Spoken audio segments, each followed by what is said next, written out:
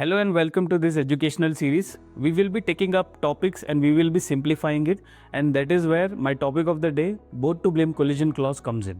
What is this clause? क्या मतलब है इस clause का? क्यों चाहिए हमें? And why was it inserted? What was the need for this clause? And why this clause is specifically inserted into the charter party to protect the charters? So in this video, we will be talking about it in detail, and I am sure that by end of the video, you will understand what is the meaning of both to blame collision clause. Let me start this video by asking you a question. Have you ever wondered what happens when there is a collision at sea? What happens when two ships collide? Who is going to pay for the damages? Who is going to pay for the cargo damages? And that is where this clause, this topic of the day, is going to come into picture. Now suppose you are traveling by car, okay? आपने अपना सामान, अपना luggage car में रखा हुआ है and you are traveling. Now this car at the crossroads collides with another car. Now there were injuries to you, there were injuries to other passenger, to the driver, but at same time the luggage which you had kept also gets damaged. Now this is where the clause for the day that we are going to talk about comes into picture. यहाँ पे इसका असली काम है कि both to blame collision clause है क्या and how is it going to be useful to the charterers. But before understanding this clause, I want to take you back in the time. I want to take you back in the history to make sure that you understand this clause perfectly. Talking about history, the whole story starts because of Hague Rules which were made in year 1924 and its protocol Hague-Wisby Rules which were made in year 1968. Now, Hague Rules are also used today.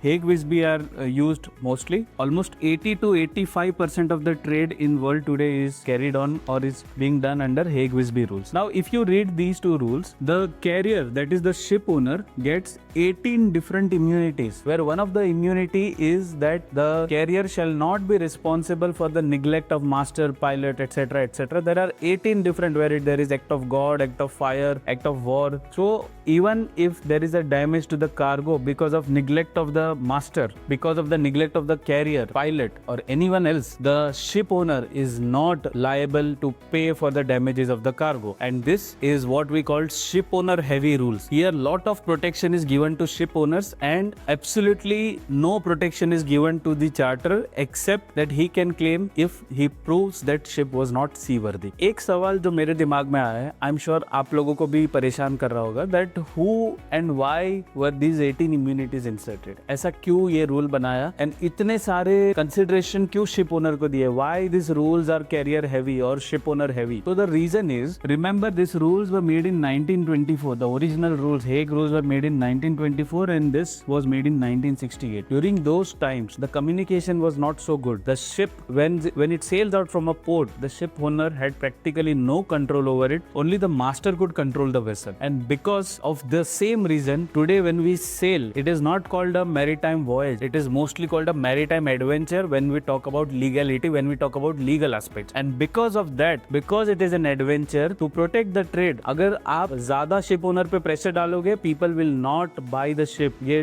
Trade बचाने के लिए ये लोग ने ऐसे rule बनाया था. And because of this so many immunities were given. They were like कि okay ship owner, we understand your problem. You have no real control over the weather, no real control over the sea, no real control over the vessel itself. Because once the vessel is out, ship owner had practically no control in those days, and that is why immunities were given. And this also is one of the questions sometimes is asked, that why these immunities were given. Because the rules were made in 1924, 1968. At that time, the ship owner had practically no control over his vessel. So now, let us talk about both to blame collision clause.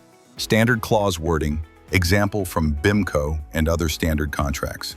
If the ship comes into collision with another ship as a result of the negligence of the other ship and any act, neglect, or default of the master, mariner, pilot, or the servants of the carrier, in the navigation or in the management of the ship, the owners of the cargo carried hereunder will indemnify the carrier against all loss or liability to the other or non-carrying ship or her owners, insofar as such loss or liability represents loss of or damage to or any claim whatsoever of the owners of said cargo, paid or payable by the other or non-carrying ship or her owners, to the owners of the said cargo and set off, recouped or recovered by the other or non-carrying ship or her owners as part of their claim against the carrying ship or carrier. Now let us understand this clause. Here I have taken example of two vessels, vessel A and vessel B. I myself am playing the role of a charterer. So my cargo is loaded on vessel A, and because this ship, vessel A, is carrying my cargo, this is called as carrying ship. or the ship which is carrying. What is it carrying? My cargo, and this ship is loaded. On the other hand, there is a ship B which is on ballast. Now the reason why I have not called this is not loaded, because it will lead to a lot of confusion. So that is why, for easier understanding, I am assuming that this ship is in ballast. And for me, whether this ship is loaded or not loaded, remember this very carefully. For me, even if this ship is loaded or not loaded, this becomes a non-carrying ship. ये क्यों non-carrying ship है? Because it is not carrying my cargo. Only the ship which is carrying my cargo will be carrying ship. The other ship, regardless of its loaded status, it will be a non-carrying ship for me. And here, for easier understanding, I have assumed that this ship is in ballast. Now, due to unfortunate event, these two vessels come into collision. These two vessels collide with each other, and because of this collision, there is a damage to the cargo. The cargo which was loaded on this ship A gets damaged, and now there is a loss. And what this clause says, let us understand. So the situation is simplified here. There is charter, which is me. So charterer, I have come into charter party agreement with this ship, particular ship called as A, which was carrying my cargo. It comes into collision. It meets with a collision with ship B, which is non-carrying ship for me. And for easier purpose, for easier understanding, the ship is in ballast. Now, because of this collision, I had a cargo damage. I had a cargo damage of $100,000. That is $1 lakh. But as we already know, since I have signed the charter party, and if this charter party is under Hague rules or Hague-Visby rules, I cannot file a case for damages. I cannot sue the ship A. Now what will I do? Will I bear the loss of full $100,000 because of this, or is there an alternative? Yes, there is an alternative, and this alternative is given by boat to blame collision clause. What does it say? This clause says that okay, I cannot file my case on A, no problem. But this guy, this B, I can definitely file. He is a third party for me. He came into collision with the ship on which my cargo was loaded. So what, as a charterer, Umang is going to do? He is going to file a case. He is going to claim for the damages, and he is going to claim the full $100,000 damages which was incurred because of this collision. Now the charterer has claimed $100,000 from the ship B, and the ship B pays charterer full $100,000, पूरा $1 lakh उसने दे दिया. Now court ruling says 40% A का fault, 60% B का fault. What is going to happen? The A is bound to pay this 40% to B, and 40% of $1 lakh is 40,000. So $40,000 A ने B को pay किया. But you know, immunity under Hague rule, Hague-Visby rule. So to cover up loss of this ship A, the charterer will again pay ship A $40,000, and this is to cover up the loss which was incurred by A because A is immunity. Now you must think कि इतना गोल घुमा के क्यों? The reason is that A should not incur loss, otherwise there will be breach of contract, there will be even a bigger problem. And the charterer, which was not getting anything because of the immunity, it was not getting anything. Now he is getting at least $60,000. उसका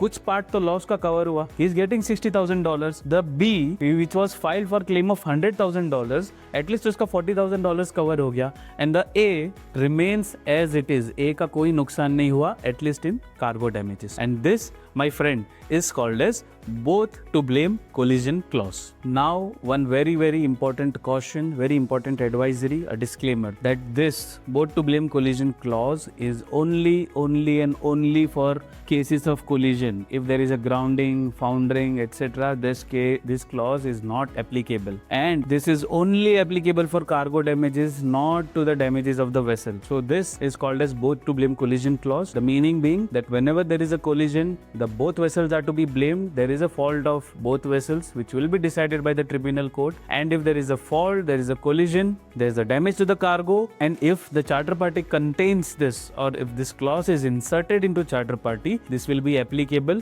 And I have shown you the real world working of this clause. I hope you have understood. Next time we'll meet with another topic. If you have some topic in mind, do let us know and we'll try to make video on that. Thank you very much. Take care. Goodbye.